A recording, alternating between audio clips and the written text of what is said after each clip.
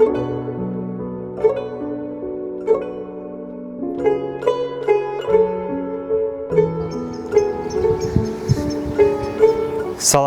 mən Hüseyn Mərdanov.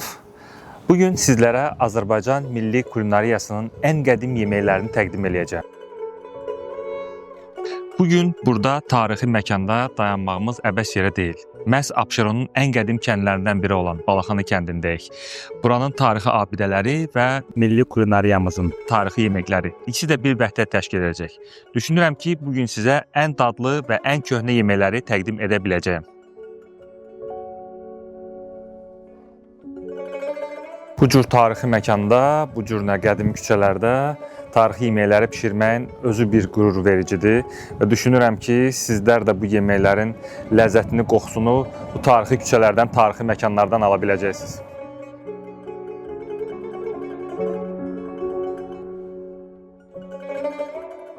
Əsrlərdən boyu bizə yadigar qalan Balaxanı qum hamamındayıq. Hamam təmizlikdir. Yeməklərimizin hazırlanmasında da təmizliyə mütləq riayət etməliyik.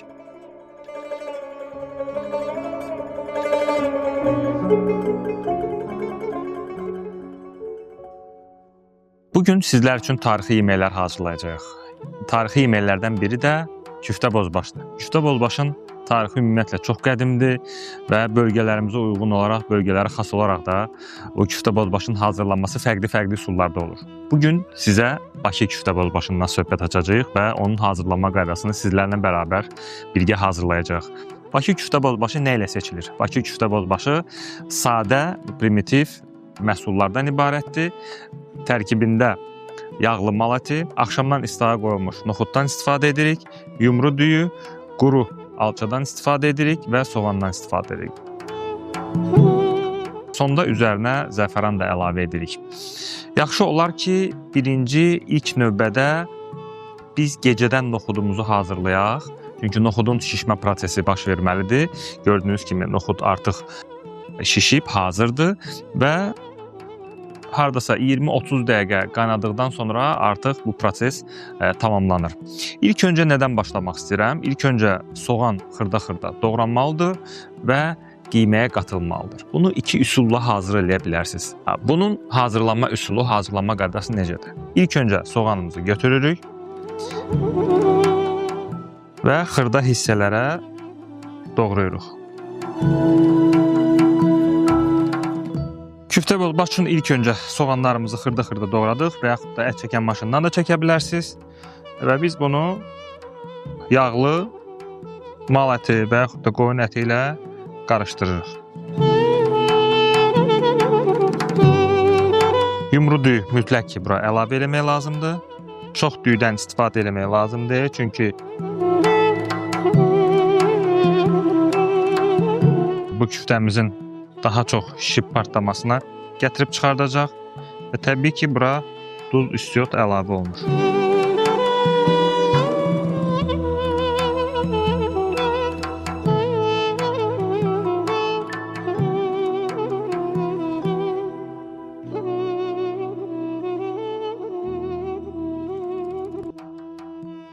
Ətimizi qarışdırmışıq və növbə gəlib çatır artıq hazırlama prosesinə.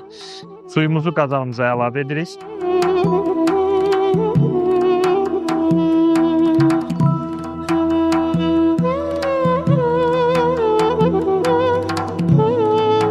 Əgər sizdə bulyon varsa, bura mal bulyonu əlavə edə bilərsiniz. Onda sizin küftə bozbaşınız daha ləzzətli, daha dada uyğun alınacaq. Suyumuzu əlavə etdikdən sonra bura duz əlavə edirik. Duzu əlavə etdikdən sonra artıq hazırladığımız ətin formalaşmasına icra edirik.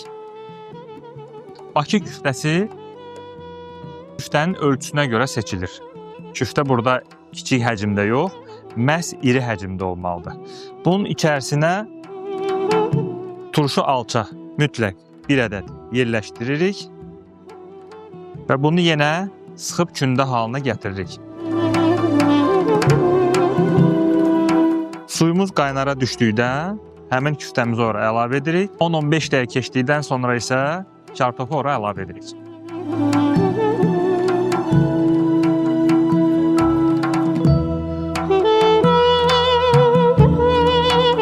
kərə yağı mütləqdir. Hal-hazırda vaxtıdır ki, biz bura bir ədəd kartof əlavə eləyək. Bir ədəd küftə bozbaş üçün ümumiyyətlə bir dənə kartof nəzərdə tutulur. Kartofu əlavə edirik. Kartofu nə zaman əlavə edirik? Artıq düyü hardasa bir 50-60% bişibsə, ondan sonra biz kartofu əlavə edirik. Çünki mal əti qiyməsinin bişməsi 10-15 dəqiqə lazımdır ki, o bişsin. Amma əsas içindəki düyülər bizə lazımdır ki, düyü bişsin. Və biz bunu əlavə elədik ora. İndi noxudumuzu da bura əlavə edirik. Və qapağını örtürük ki, növbəti proses burada davam eləsin. Artıq küftə bozbaşımız hazırdır. Çox gözəl qoxu gəlir. Rəngi də çox gözəldir. Üzərində zəfəran da əlavə etmişik. Və artıq nə edirik? Küftə bozbaşımızı çəkirik.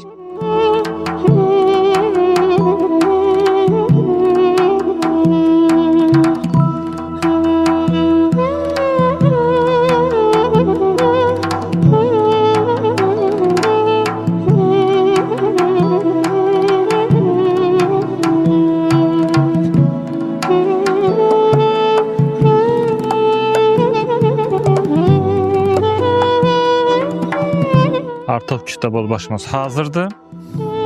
Bunu dərin bir kasada da qoya bilərsiniz və yaxud da biraz az dayaz kasada da qoya bilərsiniz boş qablarda. Burada çox sadə bir məhsullardan istifadə etdik. Mal əti və qoyun əti, əsas odur ki, yağlı olsun. Kartof, noxud, zəfəran, kərə yağından istifadə etdik və duz üstü da öz yerində və sonda bunun üzərinə nanə əlavə etmək vaxtıdır.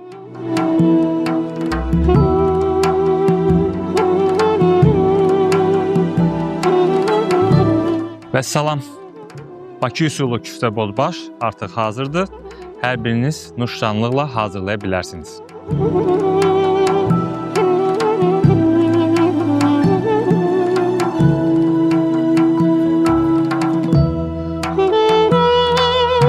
Növbəti bir sizin üçün soyuq qəlinaltını hazırlamaq istəyirəm.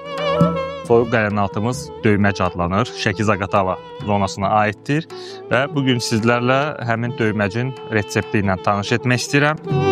Bizə lazım olacaq albalı. Əgər təzə mövsümə uyğun albalı varsa, albalıdan istifadə edə bilərsiniz və yaxud da donmuş albalıdan istifadə etmək olar. Albalı, keşniş, reyhan, alma və sarımsaqdan istifadə edəcəyik. Çox bəsit, çox az məhsuldan çox gözəl dadlı döyməc hazırlamaq olur və başlayırıq döyməcimizi hazırlamağa. İlk öncə almamızı soymaq lazımdır. Döyməc bir balaca turşməzə olur. Ona görə biz bura qırmızı almadan istifadə etmirik və yaxud da ki, sarı almadan istifadə eləmirik. Biz bugün yaşıl almadan istifadə edirik. Yaşıl almada bol vitamin və dəmir elementi var. Ona görə dərhal soyan kimi almanı doğramaq lazımdır. Almaları mütləqdir ki, xırda-xırda doğrayasınız. Almalar hazırdırsa, keçirik reyhanlarımızı xırda şəkildə doğramaq. Onu da deyim ki, reyhanın qoxusu çox gözəldir və faydası da var. Ürək-damar sistemi üçün əvəzsiz bir tərəvəzdir.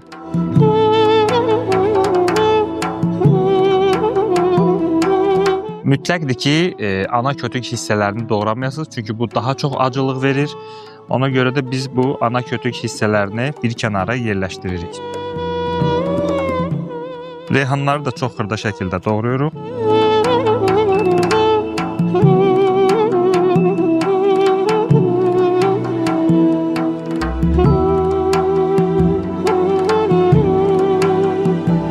Və əlavə edirik almaların üzərinə. Keşniş mütləqdir.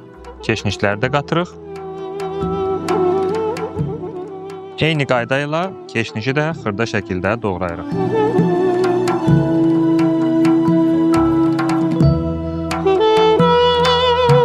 Artıq keşnişimiz də hazırdır və bunu da əlavə edirik digər ərzaqların üzərinə.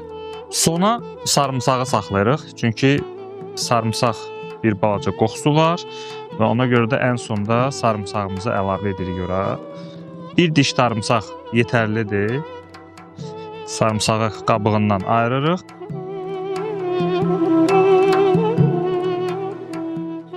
Sarımsağı təmizlədik və ehmalca üzərindən sıxırıq və başlayırıq xırda-xırda sarımsaqları doğramağa. Bir diş sarımsaq bizə kifayət edəcək. Çox sarımsaqdan istifadə etmək lazım deyil. Çünki burada albalı və almanın dadı önə çıxmalıdır. Əgər iri dənələrlə istəməsəz, bunu rəndədən də keçirdə bilərsiniz.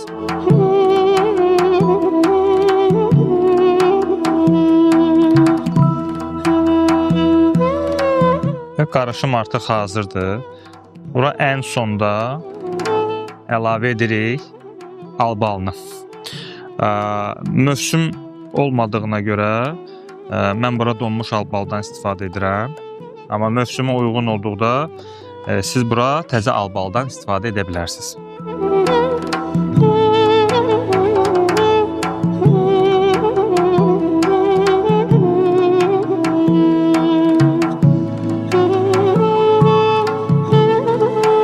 Duz, istiot burada mütləqdir. Azca duz və azca istiot əlavə edirik. Və başlayırıq düyməcimizi döyə-döyə qarışdırmağa.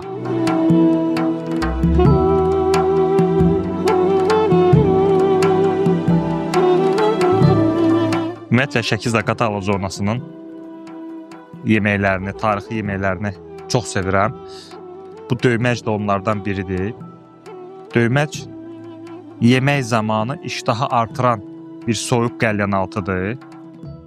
Ona görə hər birinizə tövsiyə edirəm ki, bu döyməcdən ən azından bir dəfə hazırlayın. Bir dəfə hazırlasaz və bunu hər gün evlərinizdə hazırlayacaqsınız. Artıq döyməcimiz hazırdır və biz bunu servis edirik.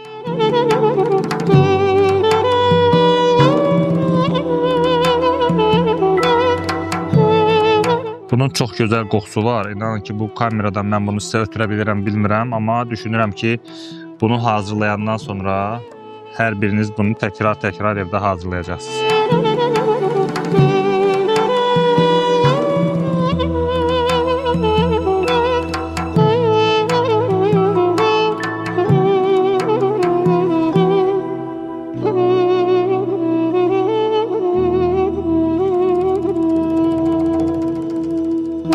Buraya ən son xırda toxunuşlarımızı edirik. Artıq düyməcimiz hazırdır. Şəki-Zaqatala zonasına aid olan bir düyməcdir. Düşünürəm ki, hər birinizin süfrəsində bu cür köhnə tarixi soyuq qəlyanaltı məhz yaraşıq verəcək və gözəl bir dad verəcək. Hər birinizə nuş olsun.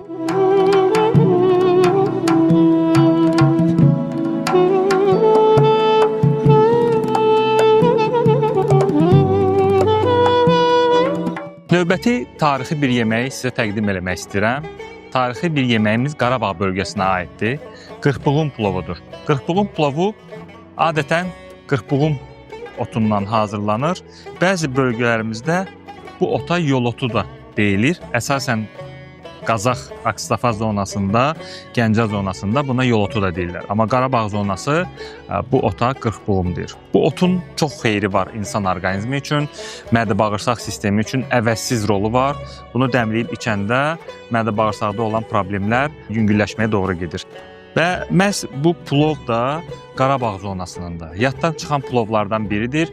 Düşünürəm ki, bugün sizinlə bərabər olaraq Qarabağ zonasına səyahət edəcəyik və bizə baxan Qarabağlılar varsa, düşünürəm ki, onların da ürəyincə olacaq. Bizə hansı ərzaqlar lazım olacaq? Təbii ki, düyüdən istifadə olunacaq, uzun düyüdən. Qırxbuğum otundan istifadə olunur. Qatıq, un, yumurta, kərə yağı və sarımsaq. Sarımsaq burada plovun içərisinə girmir. Sadəcə olaraq ayrıca sarımsaq, qatıq kim istəyirsə bunu əlavə edə bilər. Orijinallığını saxlayaraq sizə təqdim etmək istəyirik ki, bu qırxbuğum plovu sarımsaq qatıqla yeyilir. Ümumiyyətlə, sarımsaq sevməyənlər isə sadəcə olaraq qatıqla da bu plovun dadına baxa bilərsiniz. Odur ki, biz ilk öncə suyumuzu qaynamağa qoyuruq. Suyu qaynar qoyduqdan sonra normal düyü bir prosesi kimi bunu dəmləməyə doğru və bişirməyə doğru gedirik. İlk öncə suyumuz qaynayandan sonra içərisinə duz əlavə edirik. Duzdan sonra artıq düyümüzü əlavə edirik. Düyünün bişməsinə 5 dəqiqə qalmış qırxbuğum otlarını bura əlavə edirik Əgər yeni, təzə qırxbuğum otu varsa, onda daha da çox gözəl ətri olacaq. Əgər yox, mövsümə uyğun deyilsə, qurudulmuş versiyanda düyünün bişməyinə 5 dəqiqə qalmış suyun içərisinə əlavə edirik və ondan sonra 5 dəqiqə gözləyib artıq düyümüzü dəmə qoyuruq. Dəmə qoyandan sonra da üzərində 2-3 dəlik açırıq. Dəliklərin sayı arta bilər, çünki hər dəliyə bir yumurta əlavə etmiş olacağıq. Prosesə başlayırıq. Deməli, suyumuz burada qaynayana qədər biz qazmağımızı hazırlayırıq. Qazmaq üçün bizə lazım olan ərzaqlar qatıq və undan ibarətdir ki, biz bunu hazırlayacağıq. Bu iki qarışımı hazırlayırıq. Düyümüz dəmlənəndən sonra bura biraz da düyü əlavə edirik və qazanımızın dibinə yayırıq. Deməli, bunun üçün bizə lazım olacaq qatıq.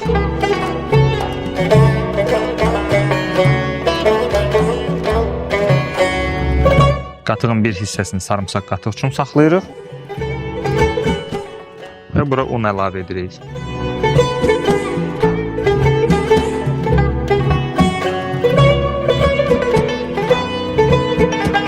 Bu qarışımı yaxşı-yaxşı qarışdırırıq və sonda bunun üzərinə düyü əlavə edib qazanın dibinə yayacağıq.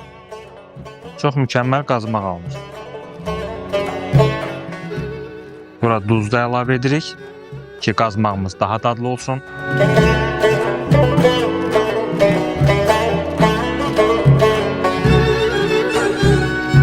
Qarışımımız hazırdır. Yalnız bura düyü əlavə olunacaq və qazanın dibinə səriləcək.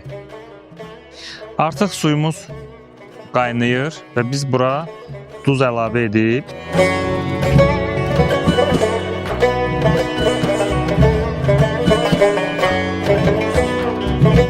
düyümüzü də əlavə edirik.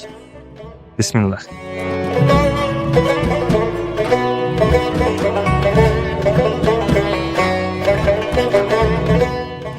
Düyünü əlavə etdikdən sonra düyünü yaxşı-yaxşı qarışdırmaq lazımdır.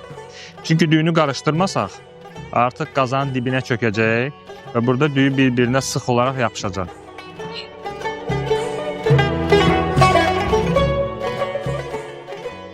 Bir sirri də sizinlə bölüşmək istəyirəm ki, əgər bir düyünü qaynatmaq istəyirsinizsə, dəmə qoymaq istəyirsinizsə, ilk öncə düyünü iri bir qazanda qaynatmaq lazımdır. Çünki burada düyü daha çox artımlı olur.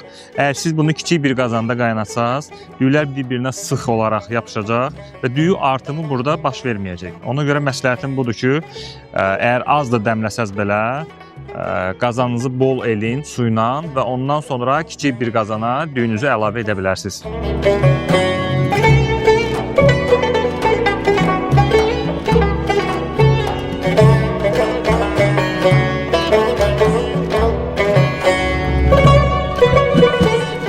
Düyünün möhtəşəm ətri var. Çox gözəl qoxusu gəlir.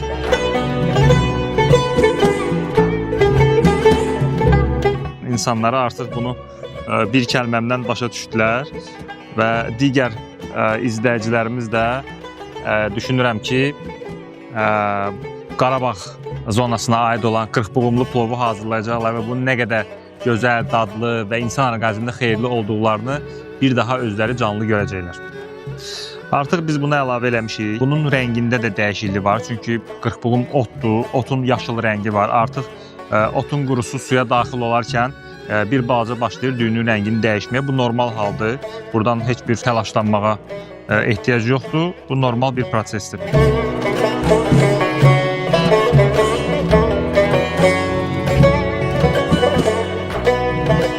Artıq düyümüz hazırdır. İndi bunu dəm prosesinə göndərəcəyik və buradan bir balaca ayırırıq qazmağımız üçün. Bunu yaxşı-yaxşı qarışdırıb qazmaq kimi qazanımızın dibinə əlavə edirik. Bura bir balaca da sarı kök əlavə edə bilərsiniz rənginə görə. Bu artıq zövqə görədir. Qazmağın rənginin daha sarı olmasını mən çox sevirəm. Ona görə sarı kökün də xeyirlidir insana. Və düşünürəm ki, bu daha yaxşı effekt verəcək. Artıq qazmağımızın içliyi hazırdır. Deməli, qazmağın dibinə kərə yağını əlavə edirik. Kərə yağını yaxşı-yaxşı qazanın dibinə hər tərəfli yayırıq. Mən qazanın dibinə yağlı kağız əlavə eləmişəm ki, qazmaq həm burada yanmır, həm də eyni qaydada qızarır.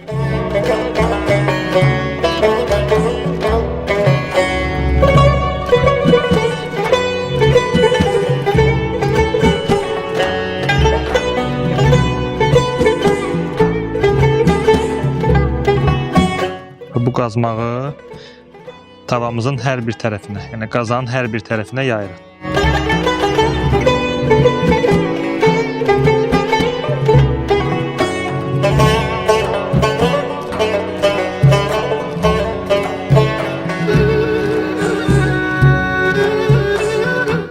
Hər bir tərəfinə yayandan sonra artıq bunun üzərinə düyünü əlavə edirik. Artıq gördüyünüz kimi plovumuz hazırdır. İndi mən bunu başlayacağım süzməyə. Xahiş edirəm ki, bunu daha yaxından bu içəri qaynama prosesini və bu qırxbulum otlarının görürsünüz necə gözəl açıldığını və yaşıl rəng verdiyini göstərəsiniz və siz də görəsiniz bunu ən yaxından. Və biz bunu artıq süzməyə doğru gedirik.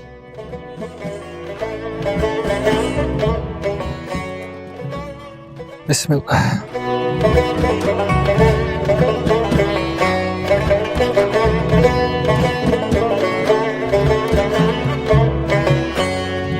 Qazmağımız gördüyünüz kimi artıq hazırdır və düyümüzü növbəti prosesə göndəririk, dəmlənmə prosesinə. Düyünü yığanda çalışın ki, düyünü qazanın içərisində çox da kəfkirlə basmayasınız. Çünki düyünün həm dəmlənmə yeri, həm də bişirmə qabı geniş nə qədər olarsa bir o qədər düyü həm öz ətrini tam buraxa bilər və dəmlənməsində də çox qəşəng iri düyülər əmələ gələ bilər.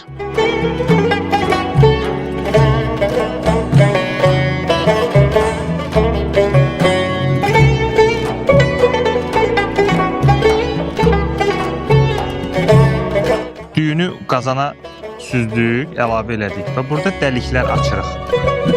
Mən 3 ədəd yumurtadan istifadə edəcəm və burada da 3 dəlik açırıq ki, yumurtalarımızı bura əlavə edə bilək.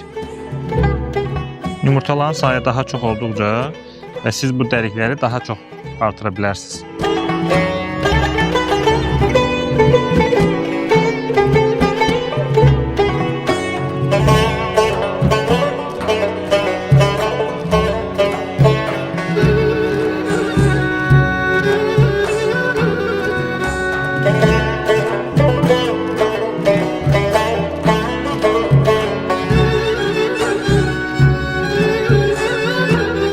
Artıq düyümüz hazırdır və qırxbulum plovunu dəmlənmə prosesini gözləmə məcburiyyətindəyik. Hardasa 30 dəqiqə, 35 dəqiqə ərzində bizim plovumuz artıq hazır olacaq.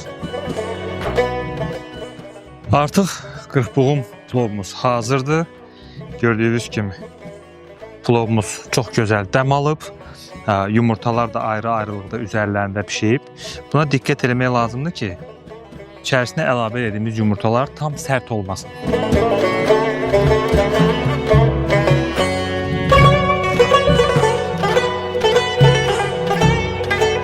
Görürsünüz, yumurtalar sərt deyil.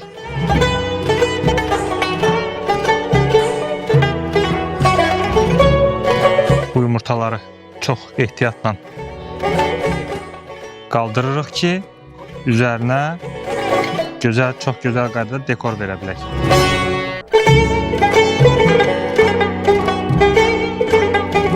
Yumurtalar artıq hazırdır.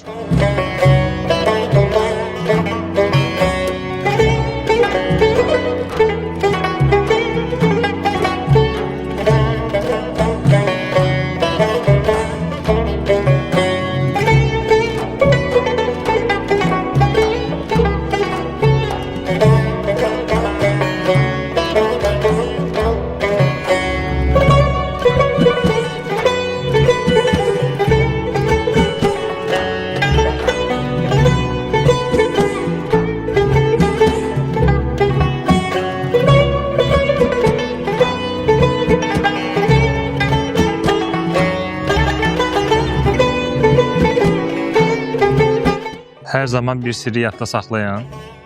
İstənilən plov bişirirsə, istənilən plovda plovun yağını bol eləyin. Belə bir məsələ də var. Plov bişirən yağdır, gəlin özü ağdır. Ona görə özünüzün ağ olmağını istəyirsinizsə, plova yetərin qədər yağ əlavə edin.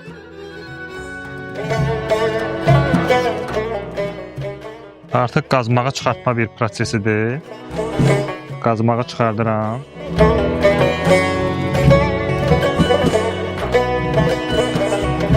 Gördüyünüz kimi çox gözəl kına rəngində bir qazmağımız alınıb.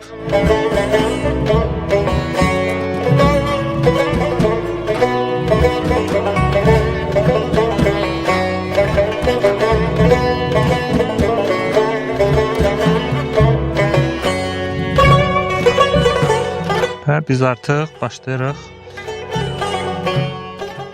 dekor işimizə.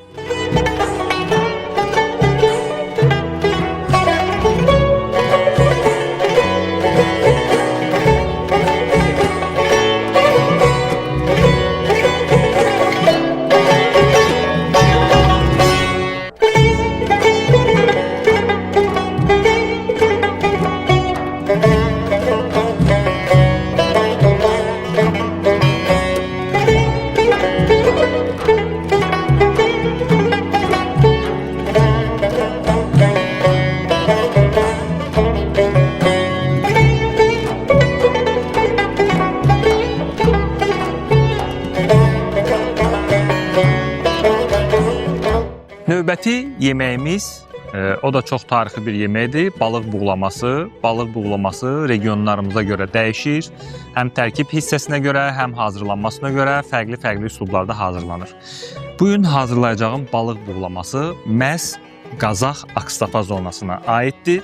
Bildiyimiz kimi balığın məskəni Səlyan zonasıdır, ən çox Lənkəran zonasıdır, amma Qazax Akstafa zonası da özünə məxsus balıq buğlamasını hazırlayır.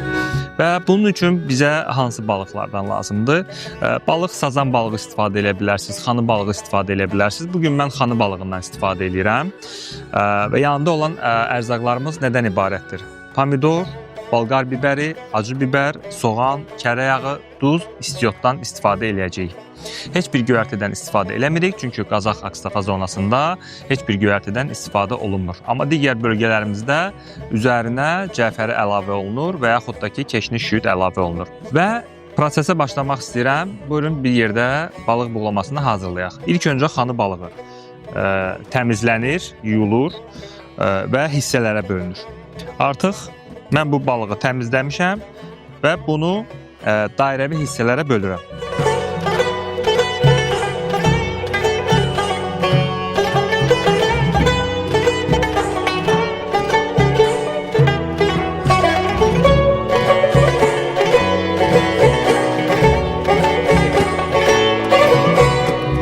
Gördüyünüz kimi balığı 4 hissəyə böldüm.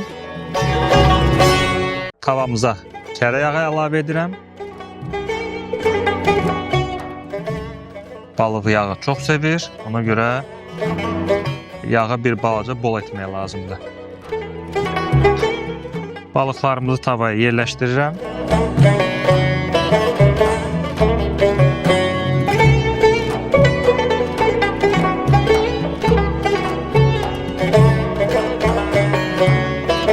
Deməli, balıq buğlamamız üçün balıqlarımızı doğradıq və növbəti addımımız soğanlarımızı doğramaq.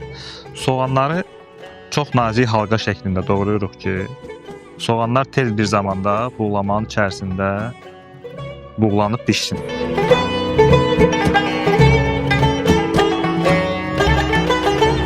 Eşitdiyimə görə Qazax, Akstafa, Tovuz bölgəsi ümumiyyətlə bol soğanı sevirlər və biz də ənənəyə sadiq qalaraq bir tarixi yemək olduğuna görə biz də bunun soğanını bol edirik. Növbəti addım bibərdir. Yaşıl bibərdən əlavə edirik. Eyni qayda ilə halqa şəklində doğrayıb soğan üzərinə əlavə edirik.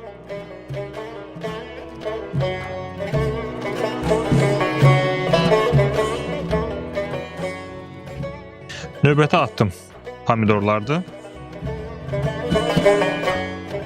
Bir sirri vurğulayım ki, pomidorları nazik halqa şəklində doğramaq lazım deyil. Pomidorları biraz iri ölçüdə doğramaq lazımdır. Çünki ən tez yumşalan burada pomidordur. Ona görə bir pomidoru iki hissəyə bölürük və yerləşdiririk digər tərəvəzlərin arasına.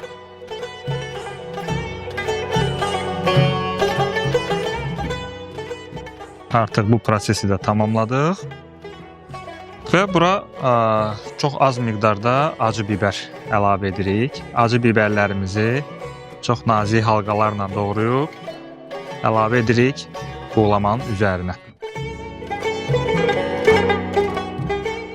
Xüsusilə bunları balığın üzərində yerləşdirmək lazımdır ki, həmin bu acılığı balığı öz üzərinə çəksin. Çünki balıq qoxunu və dadı üzərinə daha tez çəkir.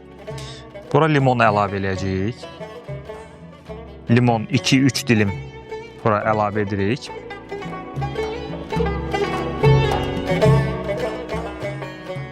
Deməli, bunları yerləşdiririk hamısını ocağımızın üzərinə və bunu yaxşıca duzlayıb istiotlayırıq. Balıq ümumiyyətlə duzu canına tez çəkir. Bura duz vurmaqdan çəkinməyin, çünki burada tərəvəzlər də var, balıq da var. Ona görə duz hər bir yerə çatmalıdır.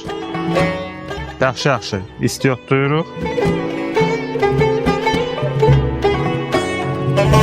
Və bura heç bir su əlavə eləmirik. Çünki burada ərzaqların suyu balıqla bərabər birgə hamısı tavada üzə çıxacaq. Bura su əlavə eləsək, biz təbii ki bu yeməyin kökünü dəyişmiş olarıq və burada su miqdarı daha çox olar və bu da ərzaqlarımızın daha tez sıradan çıxmasına gətirib çıxardacaq. Odur ki, burada bol yağ və tərəvəzlərdən istifadə olunur. Növbəti prosesi gözləyirik.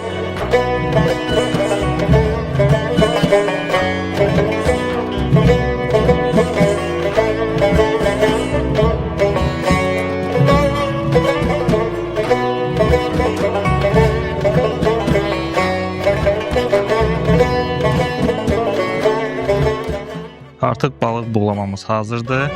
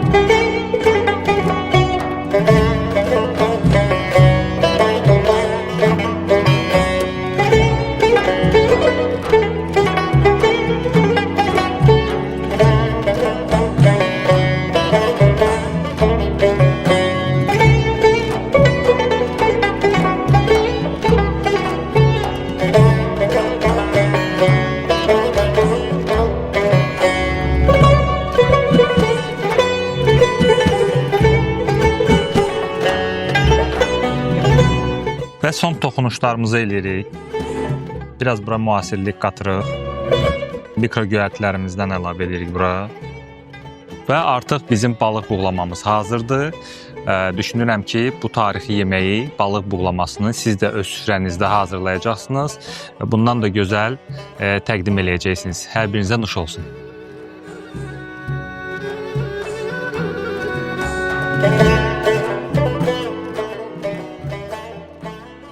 Növbəti hazırlayacağım şirniyyat növüdür. Çox tarixi, çox qədimi bir şirniyyat növüdür. Ümid edirəm ki, siz bu fındıq çörəyini bişirməmsiniz. Mənimlə bərabər bugün çox qədimi bir şirniyyat növünü, fındıq çörəyini mənimlə bərabər hazırlayacaq. Odur ki, ərzaqları sizə sayıram. Şəkər tozundan istifadə edirik, fındıq ləpəsindən istifadə edəcəyik, süt, un, yumurta və hildən ibarət olacaq. Təbii ki, içərisinə kərə yağı da əlavə edəcəyik. Bu proses necə gedəcək? Bir növ girs formasında və yaxud da gürzə formasında həmin fındıq çörəkləri büküləcək. Xırda ölçüdə olduğuna görə adı da fındıq çörəyidir. Gəlin görək bu fındıq çörəyi necə hazırlanır. Un ilk öncə əlavə edirik.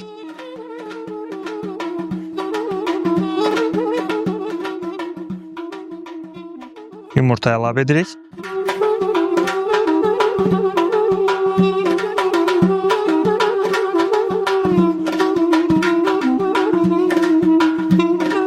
Süd əlavə edirik.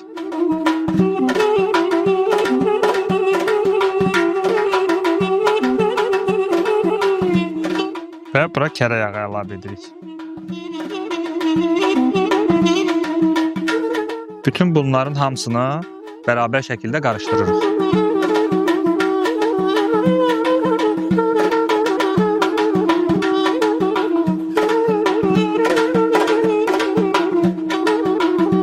Xəmirimizi yoğurmağa davam edirik. Burada nə çox yumşaq, nə də ki, çox sərt xəmir yoğurmaq lazımdır.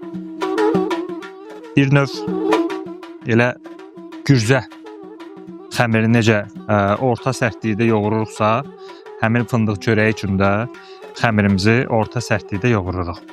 Fındıq çörəyi dediyim kimi Şəki Zaqatala bölgəsinə məxsus olan bir şirniyyat növüdür. Bu da bir tarixi şirniyyat növüdür. Bugün düşündüm ki, sizə maraqlı olar. Düşünürəm ki, bu resepti sizlər öyrənib öz evlərinizdə artıq bu adət-ənənəni yaşadacaqsınız. Hazırlanması çox asandır. Burada elə bir çətin proses yoxdur. Xəmiri yoğurursunuz. Xəmir gələndən sonra artıq içlik prosesini hazırlayırsınız. İçlik də hazır olandan sonra artıq nə edirsiniz? Başlayırsınız içliyi doldurmağa, şəkərbura formasında və yağda qızartmağa. Xəmirimiz artıq hazırdır. Baxın, görürsünüz. Xəmir hazırdır. Qalır bircə 5-10 dəqiqə xəmir dincəlsin və biz də bu vaxta qədər içliyi düzəldək. İçliyi düzəldəndən sonra da artıq prosesə davam edəcəyik.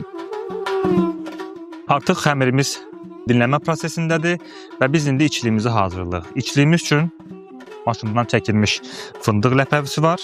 Bu da əlavə edirik digər bir qaba. Şəkər tozu eyni qaydada. Nümunə olaraq deyim ki, 100 qram şəkər tozu götürürsünüzsə, bura 100 qram fındıq ləpəsi əlavə eləməlisiniz. Yəni birə-bir olmalıdır. Hildən istifadə edirik. Bura bol hil əlavə edirik. Və bunların bir yerdə qarışdırırıq.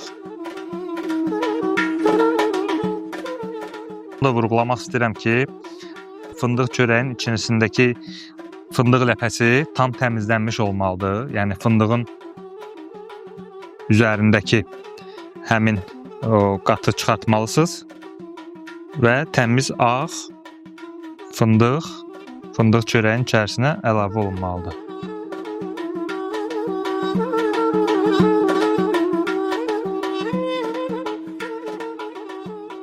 Artıq içliyimiz hazırdır və biz keçirik növbəti prosesə. Deməli, içliyimiz də hazırdır fındıq çörəyi üçün və xəmirimiz də artıq hazırdır. Artıq hazırlama prosesinə keçid edirik. Kündəmiz hazırlandı.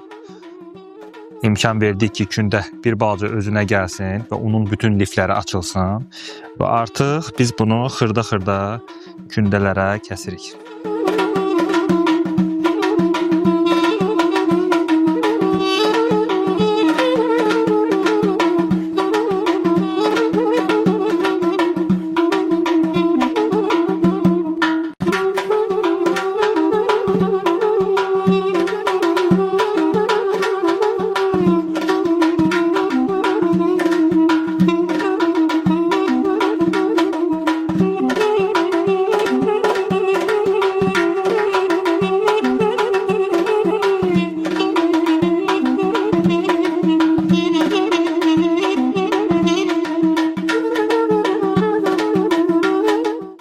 Gördüyümüz kimi kündələrimiz artıq hazırdır. Biz bu kündələri bir-bir yerləşdiririk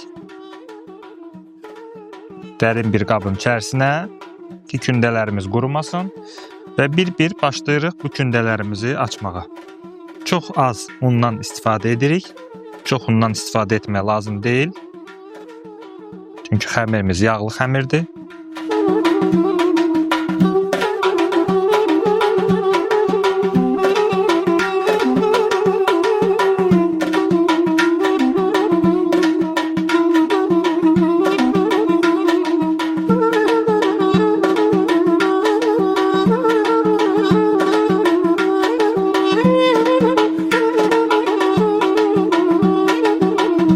Bəli, içliyimizi götürürük.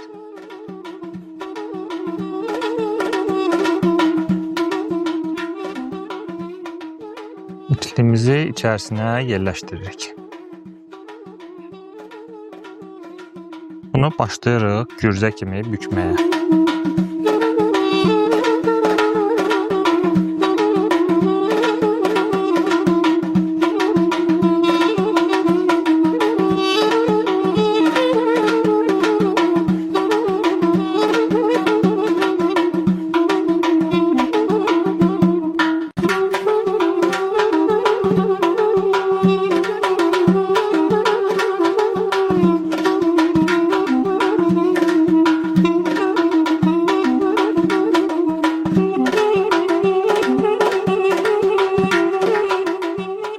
Bu formada biz başlayırıq bu fındıq çörəklərini hazırlamağa.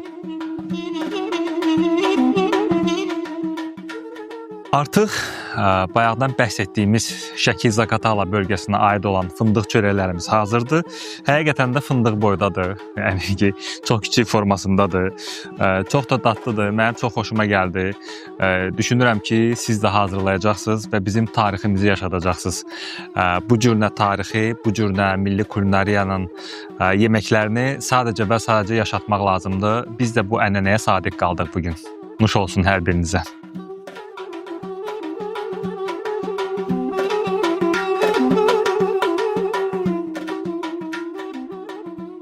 Növbəti bir tarixi yemək, bu da halvadır. Halva ümumiyyətlə bizim qədim şirniyyat növlərindən biridir. Bugün sizin üçün məhz Bakı üsulu tər halvasını hazırlayacağım. Umaç halvası da edənlər olur, tər halvası da edənlər olur. Umaç halvası ilə tər halvasının fərqi ondadır ki, un suyla umaç halına gətirilir və bu umaç halvasıdır. Tər halva isə sadəcə olaraq yağın üzərinə un əlavə olunur və bu qovurma prosesi davam edir. Milli şirniyyat növümüzə daxil olan bu halva növü xüsusən bizim mərasim vaxtlarında, mərasim zamanı bu halvadan istifadə olunub. Amma əslində bölgələrimizin bəzi yerlərində mərasim zamanı deyil, məhz xonçalarda və yaxud da ki, toy, bayram günlərində məhz bu halvadan bişirilib süfrələrə təqdim olunub. Mən də şəxsən arzulayıram ki, nəinki mərasim günlərində, hər zaman süfrələrinizdə məhz bu kimi halvalardan olsun. Ancaq xoş günlərdə siz bu halvaları bişirəsiniz və mən də bugün tər halvasını sizinlə bərabər reseptini paylaşıram. Bizə lazım olan ərzaqlar: kərə yağından istifadə edirəm, şəkər tozu, un və bəhməz. Bakı Abşeron dilinə desək, doşabdan istifadə edirəm. İlk növbədə şərbətimizi hazırlamaq lazımdır. Şərbəti hazırlamaq üçün bizə su lazımdır. Suyu qazanımıza əlavə edirik və bunun üzərinə şəkər tozunu əlavə edirik. Doşabı öncədən əlavə etmək lazım deyil. Doşabı ən sonda şərbət hazırlanandan sonra əlavə edirik. Çünki doşabı indi əlavə etsək, bizim şərbətimizdən yanıq qoxusu gələcək və bu da halvanı dadını korlaya bilər. Suyumuzun üzərinə şəkər tozunu əlavə elədik. Şərbəti hazır eləyəndən sonra üzərinə bəhməz əlavə eləyəcəyik. Ancaq bir nüansa fikir verin ki, bəhməzi öncədən deyil, məhz şərbət hazır olandan sonra əlavə eləmək lazımdır. Çünki bəhməz artıq hazır bir məhsuldur. Onu öncədən əlavə eləsək, qaynama prosesində biraz saqqız formasını ala bilər. Ona görə ən sonda bəhməzini əlavə eləyib şərbəti kənara çəkirik. Ümumiyyətlə, şərbətin hazırlanması halvanın hazırlanmasında mühüm rol oynayır. Əgər şərbət düzgün hazırlanarsa, bu halda halvamız düzgün formada hazırlanacaqdır. Şərbəti nə tez sulu, nə də çox tez gec qatı götürmək lazımdır. Çünki bu halvanın yağının üzərinə qusmasını təmin edir, şərbətin normal halda olması. Ona görə məsləhət görürəm ki, ilk öncə şərbəti düzgün qaydada hazırlayasınız və ondan sonra macun və yaxud da tər halvanın qovurma prosesinə keçəsiniz.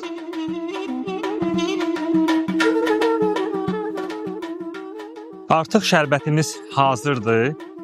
Necə deyərlər, bəmbədəmdir və bura bəhməzimizi əlavə edirik.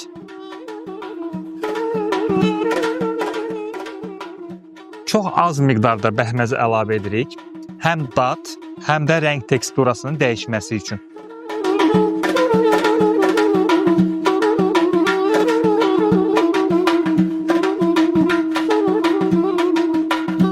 Budur. Bizim şərbətimiz artıq hazırdır. Çox gözəl rəng teksturası oldu və halvanın rəngində də tam qəşəng oturuşmuş bir halda olacaq. Deməli, tər halvanın hazırlanması üçün bizə kərə yağı lazımdır. Biz kərə yağımızı bura əlavə edirik. Kərə yağı əriyəndən sonra biz bura un kütləsini əlavə edirik.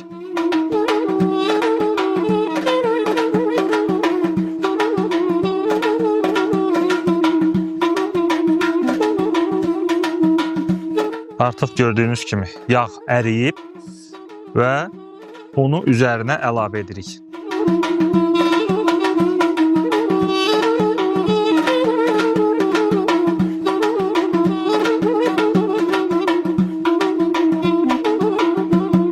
Unun hamısını birdən əlavə etməyin. Hissə-hissə əlavə edin ki, siz biləsiniz ki, un və yağ nə qədər tavada qarışıb.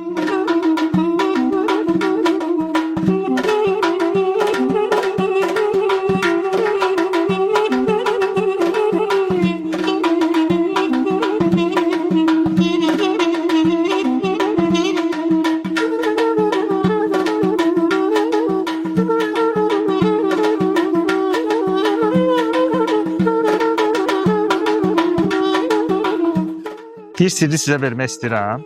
Deməli, halvanın hazırlanmasında hər bir ərzaqlar birə-bir qatılmalıdır. Misal üçün 1 kilo şəkər tozunu istifadə edirsinizsə, 1 kilo un istifadə etməlisiniz. Yağ 800 qram olmalıdır. Əgər ərinməmiş yağdırsa, bu 1 kiloqram götürülməlidir. Yox, əgər ərinmiş yağdırsa, artıq bunu siz 800 qrama endirə bilərsiniz. Və bir insanın da gün ərzində istifadə elədiyi 1200-1400 kalori arası ehtiyacı var. Yəni bu halvadan 2-3 ədəd yesəz, yəni lavaşın içərisində, bu sizin kalori ehtiyacınızı ödəmiş olur. Ona görə bunu niyə məhz mərasim zamanı, ümumiyyətlə hüzür düşəndə, kiminsə qapısında bunu hazırlayıblar. Çünki hüzür düşən zaman ümumiyyətlə insanların vaxtı yoxdur nələrsə hazırlamağa. Ona görə hər hansı bir yaşlı xanımlar, qadınlar bu halvanı hazırlayıblar və cəmaata paylayıblar ki, həmin gün insanların yemək yemə ehtiyacını ödəsin.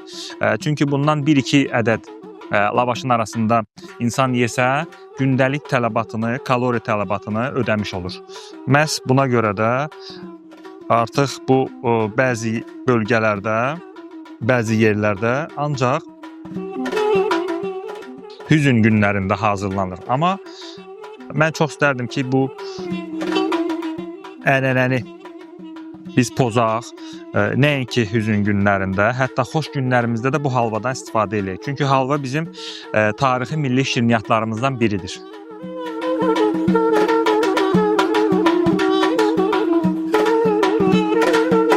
Unun qovrulmasının hazır olub olmamasını hardan bilmək olar? İlk öncə rəng dəyişir, rəng balansı dəyişir. Artıq bir balaca qəhvəyi rəng alır un qovrulması. İkinci, çox gözəl qovrulmuş qoxu gəlir. Və bu iki üsul əgər yarandısa, gördünüzsə ki, bu həm qəhvəyi rəng alıb, həm də yetərincə qovrulmuş qoxu gəlir və bu o deməkdir ki, sizin qovurduğunuz həmin un, kütlə artıq hazırdır və ora şərbətinizi əlavə edə bilərsiniz.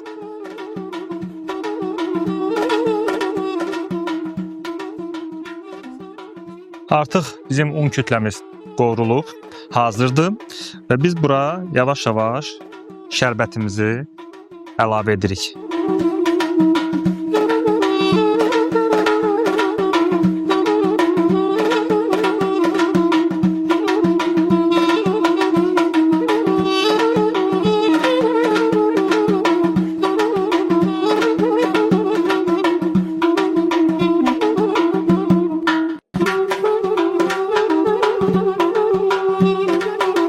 Artıq bir neçə saniyə bu halvanı belə qarışdırmaqla bu halvanın üzərinə yağ qatı çıxacaq və buna yağ qusma deyirlər. Əgər bu yağ artıq üzərinə çıxırsa, deməli halvamız hazırdır. Artıq halvamız hazırdır. Gördüyünüz kimi yağ qatı artıq umacın, yəni tər halvanın üzərinə çıxıb. Görürsüz? Qıraqlarında yağ, üzərində yağ. Artıq bu o deməkdir ki, bizim halvamız hazır, düzgün proseslə hazırlanıb. İndi biz bunu boşqaba çəkəcəyik.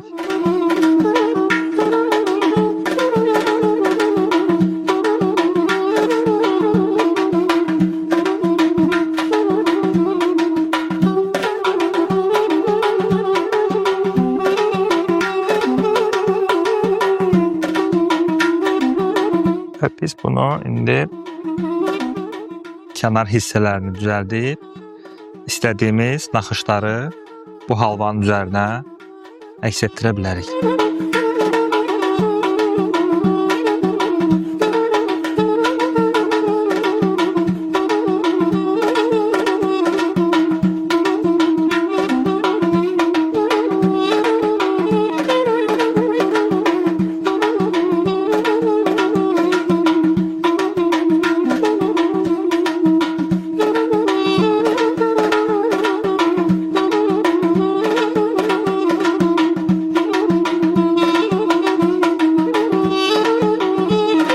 İstədiyiniz naxışı halvanın üzərində əks etdirə bilərsiniz. Sadə naxışdan istifadə edirəm. Bu bizim halvamız artıq hazırdır. Bu Bakı üsulu tər halvası idi. Arzu edirəm ki, hər birinizin süfrəsində yalnız xoş günlərdə bu cür halvalar bişirəsiniz və nuş canlıqla yeyəsiniz. Hər birinizə nuş olsun.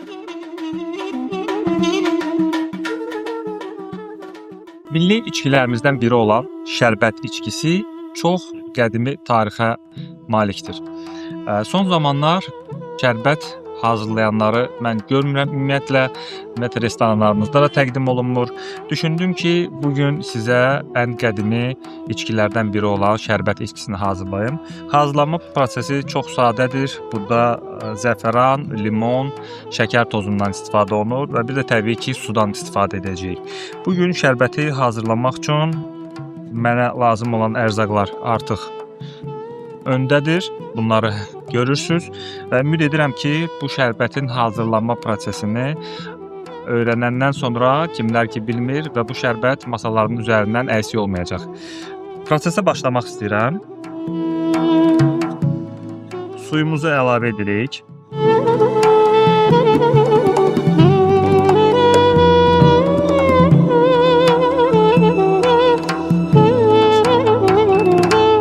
Və şəkər tozunu əlavə edir.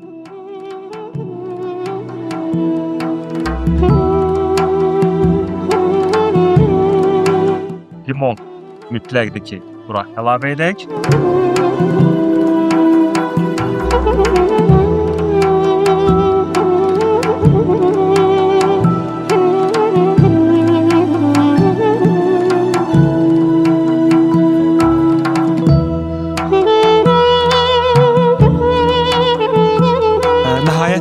Bizim şərbətimiz hazırdır və görürsünüz rəng balansı çox idealdır, dadı da çox mükəmməldir.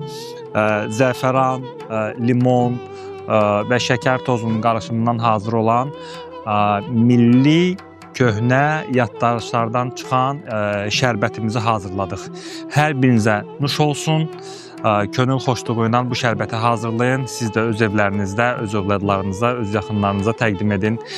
Süfrələrinizdən əksik olmasın.